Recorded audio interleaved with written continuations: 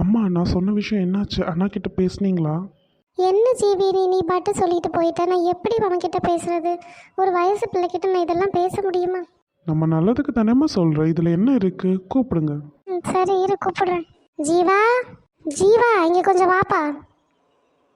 சொல்லுங்கம்மா, என்னாச்சு? அம்மா கேட்குறேன்னு தப்பாக நினைக்காத. நீ யாரையாவது லவ் பண்ணுறியாப்பா? ஐயோ, என்னம்மா இதெல்லாம் என்கிட்ட கேட்டுட்டு? நிஜமாவே நான் லவ் பண்ணலம்மா.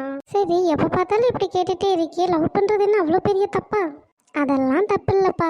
ஊர் உலகத்துலலாம் நடக்கிறத பார்த்து அம்மாவுக்கு கொஞ்சம் பயம், அவ்வளோதான். நீ இதை கேட்க கூப்பிட்ட மாதிரி தெரியலையே, என்ன சொல்லணும் சொல்லு. அது ஒன்றும் இல்லைப்பா, ஜீவி ஒரு நாள் சர்ச் போகும்போது ஏதோ மெசேஜ் கேட்டாளா, அதான் உன்கிட்ட சொல்லிக்கிட்டே இருக்கா. சொல்லுங்கம்மா, இதில் என்னம்மா இருக்குது? இசப்பாவை பற்றி எவ்வளோ நாளும் பேசலாம், தெரிஞ்சுக்கலாம். நான் சொல்கிறேண்ணா. நீதிமொழிகள் 6, 27, 28, 29 வசனங்கள். தன் வஸ்திரம் வேகாமல் மடியிலே எவனாவது நெருப்பை வைத்து கொள்ளக்கூடுமோ? தன் கால் சுடாமல் எவனாவது தழலின் மேல் நடக்கக்கூடுமோ? பிறனுடைய மனைவியின் இடத்தில் பிரவேசிப்பவனும் அப்படியே, அவளை தொடுகிற எவனும் ஆக்கினைக்கு தப்பான். என்னம்மா லவ் பண்ணுறேன்னு கேட்டுட்டு இப்படியெல்லாம் பேசுகிறேன்? என்னை பற்றி இவ்வளோ சீப்பாக நினச்சியாம்மா?